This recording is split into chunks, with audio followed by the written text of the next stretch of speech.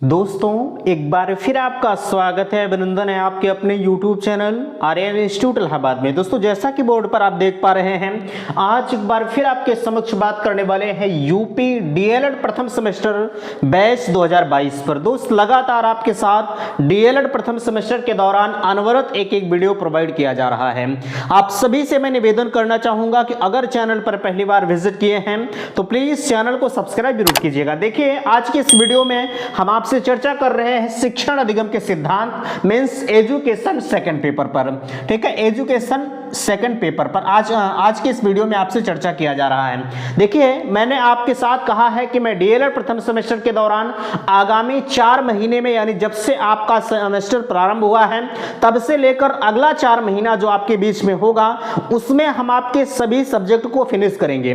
ठीक है, उस सब्जेक्ट को फिनिश करने के बाद यहां आपके बीच में दिख रहा है डीएलएड प्रथम सेमेस्टर के सभी सब्जेक्ट के हस्तलिखित नोट्स प्राप्त करें। बिल्कुल यह नोट्स आप सभी को मिलेगा। एक प्राइवेट टेलीग्राम चैनल है जो कि लिंक आपके डिस्क्रिप्शन बॉक्स में दिया गया है। मामूली से शुल्क आप सभी को पेमेंट करना है 150 रुपए का। 150 रुपए के पेमेंट करने के बाद आप तत्काल उस प्राइवेट टेलीग्राम चैनल को ज्वाइन करिए जहां से आप अपनी तैयारी को और बेहतर बना सकते हैं। ठीक है, अच्छा हमने कहा आपसे आगामी 4 महीना आपका कोर्स की दृष्टि से महत्वपूर्ण है और जो नेक्स्ट आपका 2 महीना बचेगा वह आपकी परीक्षा की दृष्टि से बिल्कुल एकदम गोल्डन चांस आप सभी के लिए होगा। मेरे कहने का सेंस आप समझिएगा। 2 महीना क्यों आपके लिए महत्वपूर्ण होगा, क्योंकि उस 2 महीने में हम आपके साथ इस प्राइवेट टेलीग्राम चैनल पर जो है प्रीवियस ईयर के पेपर और उस प्रीवियस ईयर पेपर के बाद मॉडल पेपर पर डे आपके बीच में प्रोवाइड किया जाएगा। आपके बीच में हमने कहा है हम आपके साथ, अगर आप मेरे साथ अनवरत लगे हैं तो हमने आपके साथ चैलेंज किया है कि आपको 95% नंबर दिलवाकर ही मैं दम लूंगा। लेकिन 95% नंबर तभी आपके आएंगे जब आप हमारे साथ लगेंगे। पर डे आपके बीच में जो वीडियो जा रही है उस वीडियो को देखेंगे और अगर आप इस नोट्स को प्राप्त करके नोट्स के अकॉर्डिंग आप पढ़ते हैं। चूंकि आप सभी को पता है अभी आपका प्रथम सेमेस्टर है, डीएलएड से इतने अच्छे से आप परिचित नहीं हैं। सिलेबस आपका कितना है, उस सिलेबस के दायरे को आपको पढ़ना है। ठीक है, बुकें आपकी बहुत आती हैं, आप पता नहीं कौन सी बुक को परचेस किए हैं। फिलहाल मैं किसी बुक का पर्सनल नाम नहीं लूंगा क्योंकि हम बुक का प्रचार नहीं कर रहे हैं। ठीक है, हम आपको सेम वही चीजें दे रहे हैं जो आपकी परीक्षा के दृष्टि से महत्वपूर्ण है, जो आपके सिलेबस में रखा गया है। दुनिया का पचरा देने से मुझे कोई फायदा नहीं है। ठीक है, चूंकि हमें आपके सिलेबस को भी कवर करना है। अगर आप मेरे साथ लगे हैं, कुछ बच्चे ऐसे हैं जो सिर्फ और सिर्फ हमारे भरोसे पढ़ रहे हैं डीएलएड में। ठीक है, और उनके साथ हमें छलावा नहीं करना है। हमने आपसे कहा है हम 4 महीने में खत्म करेंगे तो खत्म करेंगे। ठीक है, ये आपके बीच में अभी सुबह के पीरियड में हिंदी का लेक्चर गया है, उम्मीद करते हैं आपने देखा होगा। और आप एक काम नहीं कर रहे हैं, वीडियो को शेयर नहीं कर रहे हैं। प्लीज मैं आपसे निवेदन करूंगा, अगर आपके साथ निस्वार्थ भाव से काम किया जा रहा है तो आप तो इतना ही कर सकते हैं कि वीडियो को शेयर करें। ठीक है, वीडियो को शेयर करके आपका फीडबैक मुझे नहीं मिल पा रहा है। प्लीज मैं निवेदन करूंगा कि आप अपना फीडबैक मुझे अवश्य दें, क्योंकि हर किसी शिक्षक का एक परम धर्म होता है। अगर उसके साथ पढ़ने वाला विद्यार्थी अपना फीडबैक नहीं देता है तो उसके पढ़ाने का पता नहीं आपको समझ में आ रहा है कि नहीं आ रहा है। यह चीज जानना आप सभी के लिए हमारे लिए महत्वपूर्ण होता है। ठीक है, हम पता लगा आपको पढ़ा रहे हैं और आपको सब इधर से सुन रहे हैं, इधर से निकल रहा है तो कोई फायदा नहीं होता। इस वजह से पर डे आप जो भी वीडियो आपके बीच में जाए, कमेंट बॉक्स में जाइए, आप कमेंट करिए कि हाँ मुझे चीजें समझ में आ रही है। ठीक है, तो बहरहाल ये सारी चीजें आप समझ पा रहे हैं। अगर आपको नोट्स की जरूरत पड़ रही है तो आप लिंक आपके डिस्क्रिप्शन बॉक्स में है, 150 रुपए का पेमेंट करके आप नोट्स को प्राप्त कर सकते हैं। लिखा गया है नोट्स संबंधी समस्या समाधान के लिए आप इन नंबरों पर संपर्क कर सकते हैं 94 52 33 10 53 पर। आप अपने मैसेज को व्हाट्सएप पर जाइए और व्हाट्सएप पर अपने मैसेज को डालिए और आप जो है अपनी समस्याओं का समाधान प्राप्त कर सकते हैं। आज के इस वीडियो में आपके बीच में न्यूनतम अधिगम स्तर तथा अपेक्षित अधिगम स्तर मींस चैप्टर नंबर 8 की शुरुआत और शुरुआत के साथ फिनिश भी किया जाएगा। ठीक है, यानी एक चैप्टर में एक ही लेक्चर में चैप्टर नंबर 8 को हम फिनिश करेंगे। हमने आपको एक टेलीग्राम चैनल पर पोस्ट डाला हुआ था कि भैया थंबनेल पर थोड़ा सा ये लेक्चर नंबर गलत हो गया है, आप उसे अच्छे से पढ़ेंगे। आप ऊपर से जैसे प्लेलिस्ट आप ओपन कर रहे हैं, प्लेलिस्ट को ऊपर से देखते हुए चले आइए। सभी को सीरियल वाइज लेक्चर आपके बीच में पढ़े हुए, कोई इधर से उधर नहीं है। हाँ, लेक्चर नंबर थोड़ा सा गलत हुआ है, आप उसे ध्यान में रखेंगे। बहरहाल कोशिश करते हैं कि गलत ना हो, लेकिन अब हम ही अकेले हैं, सारी चीजें सारे दारोमदार हमारे ऊपर होते हैं, तो इस वजह से सब कुछ करने में थोड़ी सी असुविधाएं कभी कभी हो जाती हैं। बहरहाल आप उसके टेंशन में मत रहिए। हमने आपसे कहा कि आप सीरियल वाइज जिस भी सब्जेक्ट की आप प्लेलिस्ट ओपन कर रहे हैं ऊपर से देखते हुए चले आइए, वीडियो सभी को सीरियल वाइज आपको मिल जाएगा, ठीक है। तो चलिए हम चलते हैं अपने न्यूनतम अधिगम स्तर तथा अपेक्षित अधिगम स्तर की शुरुआत करते हैं। इससे पहले हम आपको ले चलना चाहेंगे अपने मोबाइल के स्क्रीन पर। तो हम आ चुके हैं अपने मोबाइल के स्क्रीन पर, जहां से आप देख पा रहे हैं चैप्टर नंबर 8 की शुरुआत आपके बीच में हो रही है। देखिए न्यूनतम अधिगम स्तर तथा अपेक्षित अधिगम स्तर, चैप्टर नंबर 8 आपका नाम है। देख पा रहे हैं minimum level of learning and accepted learning of outcome, ठीक है, यह तो आपके चैप्टर का नाम है। उसके अंतर्गत आप देख पा रहे हैं सबसे पहली चीज आपके बीच में आती है, आखिरकार अधिगम दो जगह आया हुआ है, न्यूनतम अधिगम स्तर, अपेक्षित अधिगम स्तर, ठीक है। अब सबसे पहली चीज आपके बीच में आती है कि अधिगम क्या है, व्हाट इज लर्निंग क्या होता है। देखिए अगर देखा जाए अधिगम के बारे में हमने आपको पहले भी बता चुका है। लिखा जा रहा है अधिगम दो शब्दों से मिलकर बना है, अधिधन गम, जिसमें अधि उपसर्ग है, गम का अर्थ है जाना या प्राप्त करना। इस प्रकार हम कह सकते हैं अधिगम का अर्थ है ग्रहण करना या प्राप्त करना, अर्थात अधिगम का सीधा अर्थ अगर देखा जाए तो सीखना हो सकता है। जैसे अगर ये सारी चीजें आप नहीं याद करते हैं तो कोई बात नहीं, लेकिन आपको इतना जरूर याद रखना है कि अधिगम का जो सीधा साधा अर्थ होता है या शाब्दिक अर्थ अगर पूछा जाए तो उसका अर्थ होता है भैया सीखना, ठीक है। अगर आपसे कोई पूछता है अधिगम का अर्थ क्या होता है तो आप सीधे सीधे उसे बता देंगे अधिगम का अर्थ होता है सीखना, ठीक है। ये सारी चीजें आपको समझ में आ रही हैं कि नहीं आ रही हैं। जैसे लेकिन अगर आपकी परीक्षा में आ रहा है अधिगम क्या है तो अधिगम की परिभाषा सहित आपको पूरा इतना लिखना पड़ेगा। इस वजह से ये सारी चीजें आप ध्यान में रखते हुए चलिएगा। आगे आपसे कहा जा रहा है अधिगम की कुछ विभिन्न परिभाषाएं आपके बीच में आ रही हैं, इन परिभाषाओं को ध्यान में रखते हुए चलेंगे। चूंकि आपके बीच में परिभाषाएं बहुत बार पूछी गई हैं कि किसी एक वैज्ञानिक के अनुसार आप अधिगम की परिभाषा लिखिए।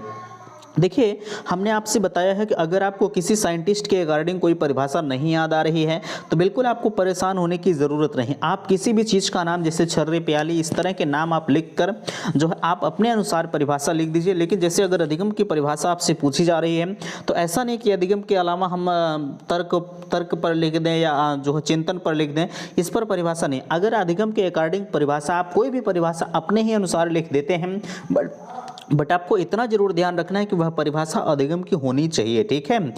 तो आपकी वह परिभाषा बिल्कुल 100% सही हो जाएगी। लिखा जा रहा है गेट्स के अनुसार अनुभव के द्वारा व्यवहार में होने वाले परिवर्तन को सीखना कहते हैं। इसका मतलब क्या है, जैसे अगर कोई अनुभव आपके बीच में हो रहा है, अनुभव आपको कुछ किसी चीज़ का हो रहा है तो उस अनुभव के द्वारा आप अपने अंदर परिवर्तन ला सकते हैं, उसी को हम क्या कह सकते हैं, सीखना कहते हैं, ठीक है। अगला आप देख पा रहे हैं गिलफोर्ड के अनुसार परिभाषा कही जा रही है। गिलफोर्ड के अनुसार परिभाषा ये बड़ी ही महत्वपूर्ण परिभाषा है, बहुत बार आपके यूपी टेट लेवल तक भी यह पूछी गई है। आपसे कहा जा रहा है व्यवहार के कारण व्यवहार में कोई भी परिवर्तन अधिगम है, यह हमने इंपॉर्टेंट के तौर पर लिखा है। देखिए जो परिभाषा आपके बीच में इंपॉर्टेंट होती है उसके समक्ष इंपॉर्टेंट लगा होता है। यह परिभाषा बहुत बार पूछी गई है, ऐसा नहीं कि ये जो स्किनर वगैरह है इनकी परिभाषा नहीं पूछी गई है, लेकिन यह थोड़ा सा कम पूछा जाता है। लेकिन गिलफोर्ड महोदय की परिभाषाएं बहुत बार पूछी गई हैं।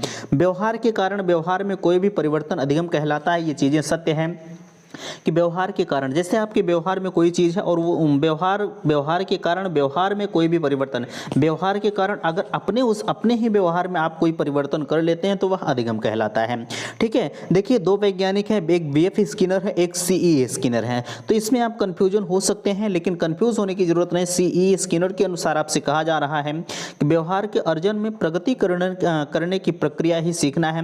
बिल्कुल आप किसी चीज़ का अगर अपने व्यवहार में कोई चीज़ उतार रहे हैं, ठीक है, उस व्यवहार को चाहे अच्छाई हो चाहे बुराई हो, ठीक है, जाहिर सी बात है लोग अच्छाई को ज़्यादा अर्जन करना पसंद करते हैं। अगर आप अपने व्यवहार में किसी भी अच्छी चीज़ को उतार रहे हैं तो जाहिर सी बात है वह कहीं ना कहीं उसको सीखने पर आपके अंदर जो है क्या होगा, प्रगति करने की क्षमता जरूर जागृत होगी, ठीक है।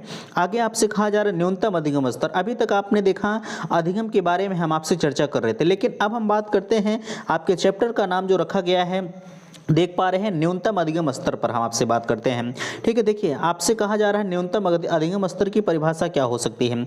इसके अंतर्गत आपसे कहा जा रहा है न्यूनतम अधिगम स्तर। अच्छा, एक चीज का ध्यान रखेंगे, न्यूनतम अधिगम स्तर, न्यूनतम से ही आप समझ जा रहे हैं कि न्यूनतम हो क्या सकता है। ठीक है, देखिए आपसे कहा जा रहा है न्यूनतम अधिगम स्तर ऐसी प्रक्रिया है जिसमें यह निर्धारित किया जाता है कि बच्चे के अमुक या किसी निश्चित स्तर पर कम से कम कितना सीखा है। यानी न्यूनतम अधिगम स्तर मीन्स कम से कम अधिगम स्तर कितना किसी बच्चे के अंदर हुआ है, इसी को हम न्यूनतम अधिगम स्तर कह सकते हैं। ये सारी चीजें देखिए, एक चीज मैं आपसे कहना चाहूंगा, अगर इस पीडीएफ की जरूरत आप सभी को पड़ रही है तो बेधड़क कमेंट सेक्शन में मुझसे बताइए। ठीक है, और फिलहाल हमने आपको कॉन्टैक्ट नंबर भी दिया है शुरुआत में, जब आप इस वीडियो पर विजिट किए हैं तभी आपने देखा होगा। अगर आपको समस्या हो रही है तो बिल्कुल आप जो है उस कांटेक्ट नंबर पर संपर्क कर सकते हैं। ठीक है, आप कांटेक्ट नंबर पर मैसेज डाल दीजिए, हम लिंक प्रोवाइड कर देंगे। मामूली सी शुल्क 150 रुपए की पेमेंट आप सभी को करना है। जितने भी सब्जेक्ट आपके बन रहे हैं सभी सब्जेक्ट के हैंड रिटेन नोट्स आपको प्राप्त हो जाएंगे। ठीक है, चलिए अगला आपके बीच में आ रहा है, देखिए न्यूनतम अधिगम स्तर तो आप समझ गए, लेकिन न्यूनतम अधिगम स्तर के बाद जो है न्यूनतम अधिगम स्तर की आवश्यकता क्यों पड़ी है। न्यूनतम अधिगम स्तर की आवश्यकता अधिगम की मात्रा निश्चित करने हेतु की गई है। ठीक है, आगे कहा जा रहा है न्यूनतम अधिगम स्तर की आवश्यकता, ठीक है, अधिगम की मात्रा निश्चित करने के लिए की गई है। किसका आविष्कार? न्यूनतम अधिगम स्तर का। जैसे एग्जाम्पल के थ्रू आप समझेंगे, कोई भी चीज हो अगर एग्जाम्पल के थ्रू आप समझते हैं तो वह आपके माइंड में हमेशा के लिए सेट हो जाती है। आपसे कहा जा रहा है राधा कक्षा 4 की छात्रा है। ठीक है, जैसे कोई लड़की है वह कक्षा 4 की छात्रा है, इसके लिए बोर्ड द्वारा निर्धारित किया गया है कि छात्र पास होने के लिए कम से कम 33% अंक प्राप्त करना अनिवार्य होता है। आज के समय में अगर देखा जाए थोड़ा सा आप सीबीएसई बोर्ड में, वैसे प्राइमरी जूनियर में तो नहीं होता है, लेकिन अगर सीबीएसई बोर्ड में जाते हैं वहाँ पर प्राइमरी जूनियर हर जगह ये तो निर्धारण हर जगह होता है कि कोई भी बच्चा अगर 33% नंबर पाता है तभी आप पास हो पाएगा। ठीक है, यहाँ लिखा गया है राधा कक्षा 4 की छात्रा, अगर इसके लिए बोर्ड ने निर्धारित किया है कि छात्र के पास होने के लिए कम से कम 33% अंक जो है प्राप्त होना अनिवार्य है। ये चीज़ें आप देख पा रहे हैं किसके अंतर्गत? न्यूनतम अधिगम स्तर के अंतर्गत। ये न्यूनतम मीन्स 100% में 33% अंक अगर उसे प्राप्त, ये सबसे न्यूनतम अंक होता है। ठीक है, उसे प्राप्त होता है तभी वह उस कक्षा में क्वालिफाई हो पाएंगे। ठीक है, आगे देखिए आपसे कहा जा रहा है न्यूनतम अधिगम स्तर लागू करते समय ध्यान देने योग्य बातें। छात्रों की आयु, बिल्कुल अगर देखा जाए कोई छात्र है, ऐसा तो है नहीं कि आप इंटरमीडिएट या बीएससी लेवल का कोई छात्र है तो उसे आप न्यूनतम अधिगम स्तर लागू करेंगे, नहीं। ठीक है, ऐसा नहीं है। आगे आप देख पा रहे हैं छात्रों की कक्षा का स्तर, बिल्कुल हमने आपसे बताया 4-5 तक अगर आप इस न्यूनतम अधिगम स्तर को लागू करते हैं तो कहीं ना कहीं यह बहुत बेहतर होता है। छात्रों का मनोवैज्ञानिक स्तर, उसके मनोवैज्ञानिक स्तर को आप सभी के लिए जानना अत्यंत आवश्यक होता है। 4 नंबर में देखेंगे कहा जा रहा है छात्रों की परिस्थितियों, साधन एवं सुविधाओं के अनुसार। जैसे छात्रों की परिस्थिति किस प्रकार से है, उसको साधन क्या क्या मिल रहा है, सुविधाएं क्या क्या मिल रही हैं, इसके अनुसार आप न्यूनतम अधिगम स्तर को लागू करेंगे। अप्राप्त उद्देश्य मिलने पर इसका समाधान प्रस्तुत करना, ये सारी चीज़ें आप समझ पा रहे हैं। उम्मीद करते हैं कि बातें आपको समझ में आ रही हैं। आगे आपसे कहा जा रहा है अपेक्षित अधिगम स्तर का अर्थ है। ठीक है, देखिए कहा जा रहा है meaning of accepted learning level, इसका क्या मतलब है? आपसे कहा जा रहा है कि अपेक्षित अधिगम स्तर 3 शब्दों से मिलकर बना है। अपेक्षित, एक्सेप्टेड, निर्धारित न्यूनतम दक्षता से जिसकी प्राप्ति, ठीक है, कहा जा रहा है, सॉरी एक मिनट, आपसे आगे कहा जा रहा है कि जिसकी प्राप्ति आशा अपेक्षा की जाए, इसका संबंध दक्षता से है, उस अंश से है जो निर्धारित कक्षा के शिक्षार्थियों को निश्चित करते समय अर्जित कर लेना। दक्षता का अर्थ किसी विशेष को, अब यहाँ स्पष्ट रूप से आप समझेंगे, ओआर करके लिखा गया है, आप देखना चाहेंगे कि दक्षता का अर्थ किसी विशेष को कुशलतापूर्वक लेने की क्षमता से है। ठीक है, आपसे कहा जा रहा है कि दक्षता, न्यूनतम अपेक्षित अधिगम स्तर को ध्यान देंगे। आपसे कहा जा रहा है कि दक्षता का अर्थ किसी विशेष कुशलतापूर्वक, यानी आप कोई चीज अगर आप सीख रहे हैं, ठीक है, उसे दक्षतापूर्वक आप सीख रहे हैं, कुशलतापूर्वक आप सीख रहे हैं, तो वह आपका क्या कहलाएगा? अपेक्षित अधिगम स्तर कहलाएगा।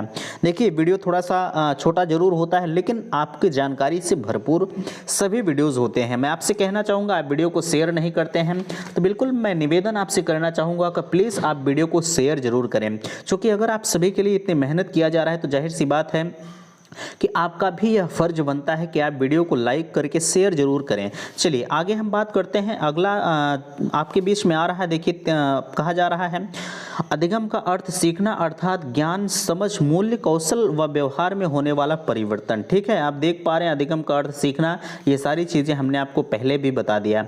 अब यहाँ नीचे हम बात करते हैं अपेक्षित अधिगम स्तर के उद्देश्य, एम्स ऑफ एक्सेप्टेड लर्निंग क्या होता है।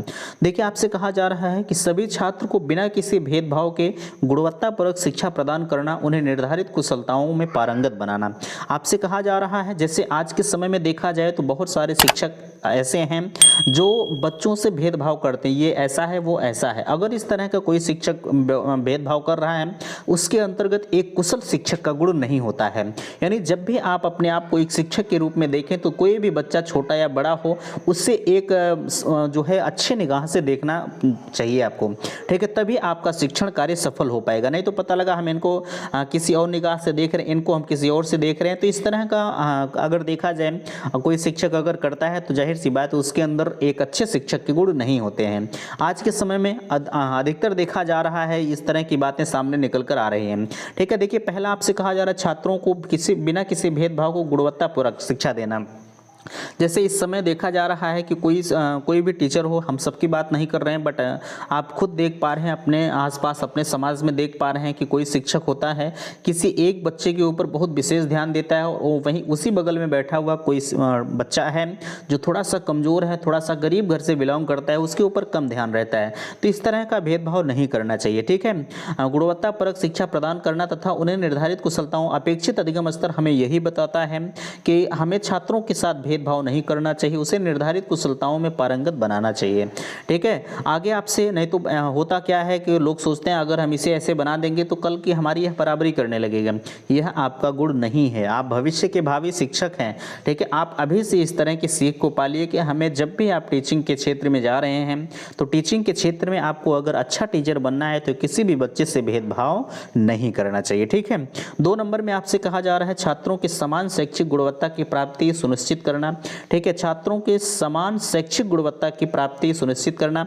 इसमें कहा जा रहा है कि यानी कोई भी छात्र हो आपको हर छात्र को समान निगाह से देखना है, उसे एक गुणवत्तापरक शिक्षा सभी छात्रों को एक भरी नज़र से देखना है। ठीक है, और अच्छे से शिक्षा सभी छात्र को एक समान देना है। 3 नंबर में कहा जा रहा है अध्यापक के शिक्षण अधिगम के उपयुक्त विधि के चयन में सहायता करना। अध्यापक के शिक्षण अधिगम में उपयुक्त विधि के चयन में सहायता करना, यह अपेक्षित अधिगम स्तर की विशेषता उद्देश्य होता है। और 4 नंबर में आप देख पा रहे हैं, 4 नंबर में आपसे कहा जा रहा है कि छात्रों की कठिनाइयों के निराकरण में शिक्षक का मार्गदर्शन करना। बिल्कुल, अगर कोई छात्र जो है कठिनाइयों का निराकरण कर रहा है तो शिक्षक का छात्रों के कठिनाइयों के निराकरण में शिक्षक का मार्गदर्शन करना, यह एक शिक्षक का परम धर्म होता है। जैसे आप किसी सब्जेक्ट को पढ़ रहे हैं, अगर उस सब्जेक्ट के बारे में आपको समझ में नहीं आ रहा है तो आप अपने शिक्षक की सहायता जरूर लेंगे। अगर एक अच्छा शिक्षक है तो तत्काल उस बच्चों के जो भी बच्चे की समस्या है उस बच्चे के निराकरण तत्काल करेगा। लेकिन आज के समय में देखा जाए अगर जो है आपको नहीं समझ में आ रहा है, भैया आप एक अच्छे शिक्षक हैं, देखिए मैं आपसे कहना चाहूँगा हर शिक्षक जो है ऐसा नहीं कि उसे तत्काल आता ही रहे। जैसे अगर आपको नहीं आ रहा है तो आप उसे टाल दीजिए, बाबू हम तुम्हें कल बता देंगे। ठीक है, लेकिन कल आपका सर्वप्रथम काम यही होना चाहिए कि बच्चे को हम संतुष्ट करें। आज के समय में देखा जाता है, वैसे अधिकतर देखा जाए तो तुरंत के तुरंत जो छात्रों की समस्याएं होती हैं अध्यापक हल कर देते हैं। अगर आप ऐसा कर रहे हैं तो आप अच्छे शिक्षक हैं। ठीक है, कभी भी छात्रों की कठिनाइयों से आपको दूर नहीं भागना चाहिए, छात्रों से और नज़दीकियां बनाइए। अगर आप छात्रों से दूर छात्रों को मारते पीटते हैं तो वैसे भी छात्र आपके पास आना पसंद नहीं करेंगे। उम्मीद करते हैं कि सारी चीज़ें आपको समझ में आ रही हैं। प्लीज़ आज का वीडियो यहीं तक रखते हैं, नेक्स्ट मिलते हैं अगले वीडियो में। अगर वीडियो अच्छा लगा होगा तो प्लीज़ चैनल को सब्सक्राइब कीजिएगा और वीडियो को लाइक कीजिएगा, शेयर कीजिएगा। वीडियो समाप्त करते हैं। थैंक्स, धन्यवाद।